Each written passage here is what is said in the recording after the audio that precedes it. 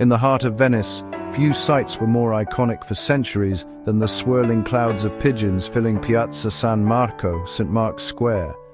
Tourists once flocked there, not just for the golden mosaics of the basilica or the grandeur of the Doge's palace, but to experience the magical, chaotic joy of hundreds of birds landing on outstretched arms, heads and shoulders, all fueled by handfuls of corn sold by licensed vendors. These pigeons weren't mere urban nuisances. For generations, they were treated almost as sacred or specially protected creatures, evolving from potential dinner plates to cherished symbols of the city. Their dramatic fall from grace came only in the late 20th and early 21st centuries, when concerns over heritage preservation finally outweighed tradition. The most enduring legend traces the pigeon's special status back to medieval Venetian traditions, tied to the religious calendar and the patronage of St. Mark, San Marco, the city's patron saint, whose winged lion emblem watches over the square. According to popular accounts recorded in travel literature like Ian Littlewood's Venice, a literary companion, every Palm Sunday, priests would release a number of pigeons from the upper gallery or loggia of the Basilica di San Marco. Small weights or pieces of paper were tied to their legs to keep them from flying far, ensuring they landed in the square below.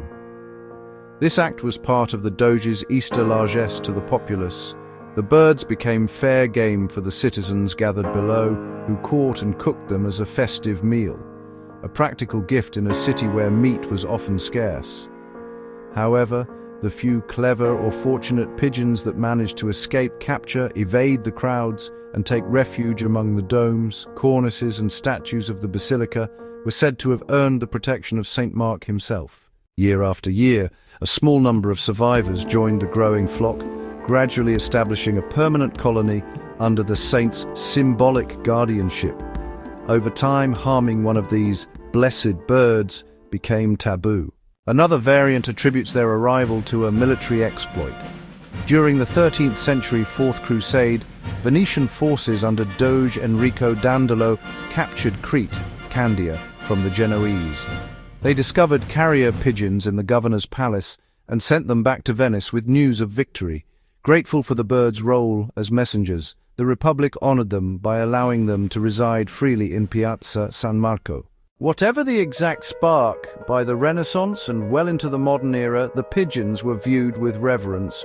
Venetian authorities imposed strict laws protecting them. Harming a pigeon could result in arrest, fines for first offences, and imprisonment for repeat violators. Citizens sometimes left bequests in their wills for the birds' care, and some even petitioned for saintships in the local religious calendar.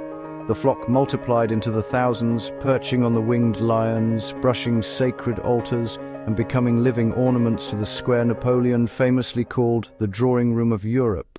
By the 19th and 20th centuries, the pigeons had transformed into a major tourist attraction. Vendors sold paper cones of corn, biard, for a few lire, later euros, and the sight of visitors, especially children, covered head to toe in birds, became a postcard cliché. Artists, photographers, and writers immortalized the scene. Here are more evocative vintage and mid-20th century images showing tourists feeding and interacting with the pigeons. The birds were so beloved that they were practically sacred in the popular imagination, if not officially, then culturally. Locals joked that pigeons could get away with almost anything in Venice. The love affair soured as mass tourism exploded. Venice now sees tens of millions of visitors annually. The ever-growing flock, estimated at over 100,000 birds in the historic centre at peak, created serious problems. Acidic droppings corroded priceless marble statues, mosaics, and facades. Birds pecked at stone for leftover grains, accelerating erosion. Guano blanketed cafes, hotels, and walkways, requiring nightly cleaning machines. Health concerns arose, though risks were relatively low, from pathogens and sheer numbers. Starting in the 1990s, authorities acted. In 1997, feeding was banned citywide except in Piazza San Marco. In 2008, the ban extended fully to the square. Selling or distributing birdseed became illegal, with fines up to $700 and occasional pirate feedings by animal rights activists making headlines. Here are contrasting modern views of the much quieter square after the ban, showing how the once dominant flocks have thinned.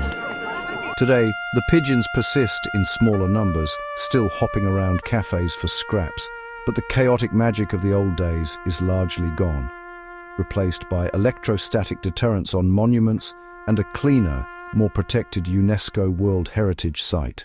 Vendors lost their livelihoods, tourists lost a beloved ritual, and many locals breathed a sigh of relief. Yet the legend endures. Venice's pigeons rose from humble Easter fare to near-sacred status through a mix of folklore, saintly protection, and civic affection, only to fall victim to the very success of the city they helped define.